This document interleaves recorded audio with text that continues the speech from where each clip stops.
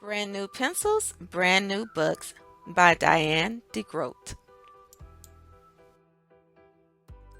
Tomorrow's the first day of school, Father said. Do you have everything ready? I do, said Gilbert.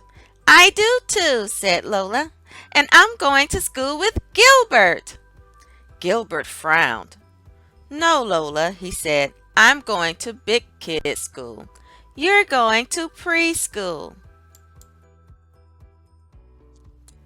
At bedtime, Gilbert checked his new backpack.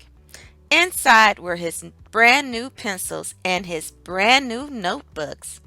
He was excited about being in first grade. Lola had a new backpack too. Inside was her stuffed rabbit. Lola wasn't excited. Gilbert said, Preschool is fun, Lola. Mrs. Duck is nice. Lola sighed. I'll go, she said, but I won't like it. The next morning, Gilbert walked to school with Patty and her mother. I hope Mrs. Bird is nice, Patty said. Gilbert stopped walking and said, Uh-oh, what if she's not? Patty pulled his arm. Then we'd better walk fast. If we're late, maybe she'll send us to the principal. He looks mean, Gilbert said. Let's walk very, very fast. When they got to school, Patty's mother introduced them. The very tall teacher bent down. Hello, Patty. Hello, Gilbert, she said, smiling. Please leave your things in your cubbies. Then go sit on the carpet. Patty hugged her mother goodbye.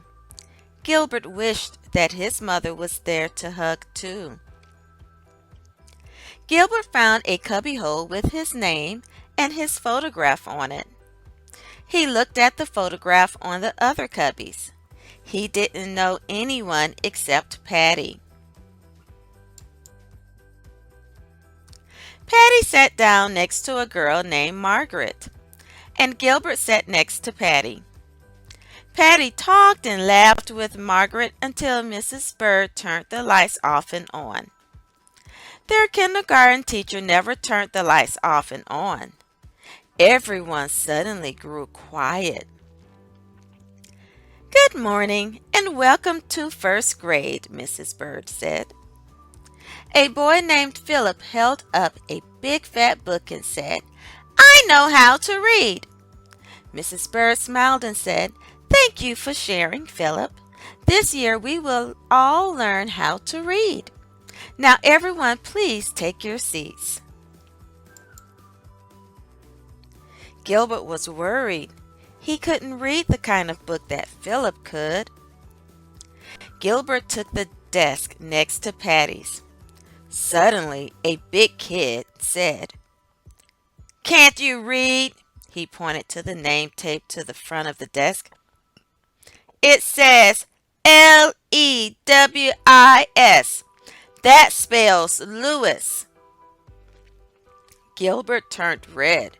He didn't know there were names on the desk. He quickly got up and found a desk that said Gilbert. A boy was already sitting there. The boy turned red and moved to the desk that said Frank. Mrs. Bird handed out spelling books and reading books and special paper to write on. Gilbert could see that first grade was going to be hard.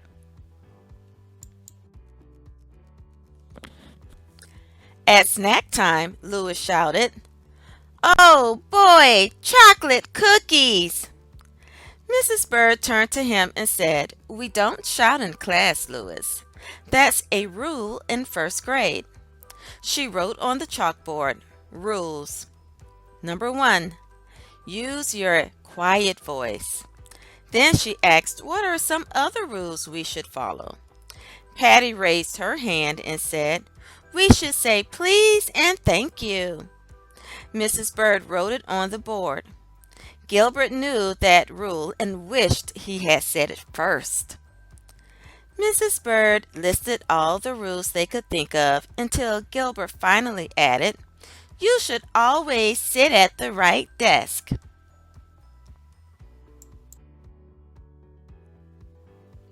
At lunchtime, Mrs. Bird brought her class to the cafeteria. Gilbert had never eaten in the cafeteria with the big kids before. He looked for Patty, but she was already sitting next to Margaret. There was an empty seat next to Louis, but Gilbert didn't want to sit there. He finally sat by himself. He wasn't hungry, but if he didn't eat his lunch, maybe he would get sent to the principal. As he started eating, Mrs. Bird walked toward him. "Oh, here's a seat," she said to the boy named Frank. Frank sat down next to Gilbert, and Gilbert saw that he had the exact same Martian space pilot lunchbox.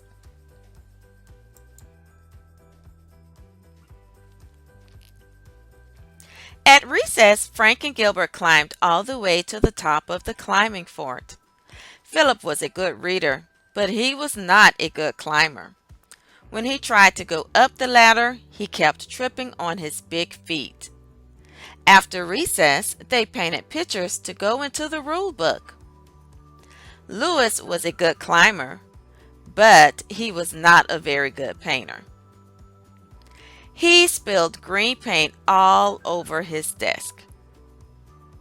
He yelled, "Arr!" forgetting all about rule number 1, not to shout in class.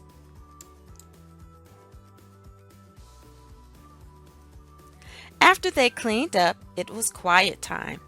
Gilbert thought that quiet time meant nap time, like in kindergarten, but it really meant that everyone could pick out a book to read alone.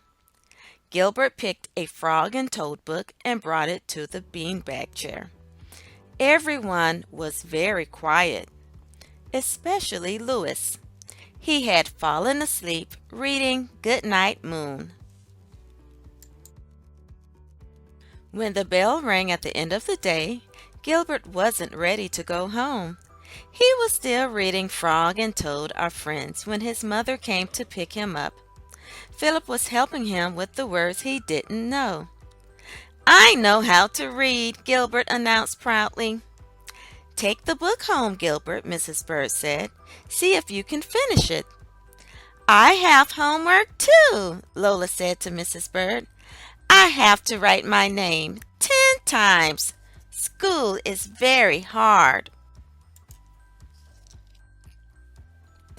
On the way home, Patty and Gilbert agreed that Mrs. Bird was very nice. Then Gilbert asked his sister, "Did you like Mrs. Duck, Lola?" "Yes," said Lola, "and I like my new friend. His name is Sam." "I made new friends too," Gilbert said, "and so did Patty." Patty said, "No, I didn't. Margaret is my friend from dance class. She's an old friend, just like you, Gilbert." "Oh," Gilbert said. He was glad that he was still Patty's old friend. When they got home, Lola got a pencil and paper. She wrote her name 10 times. "I can read," she said to Gilbert. Then she read, "Lola, Lola, Lola, Lola, Lola, Lola, Lola, Lola, Lola, Lola." "I can read too," Gilbert said. He read Frog and Toad Are Friends to Lola. He guessed at the words that he didn't know, but Lola said he was a good reader, just like Mrs. Duck. After dinner, they went out for ice cream to celebrate the first day of school. When they walked into the ice cream shop, Gilbert said, "Look, there's my friend Frank." Lola said, "There's my friend Sam." Father said, "And there's Mr. Pug, the principal." Lola and Sam ate strawberry ice cream, and Gilbert and Frank ate chocolate. Mr. Pug had pistachio ice cream with sprinkles on top. And Gilbert knew that, as a rule, anyone who liked sprinkles on their ice cream had to be a very nice person. The end.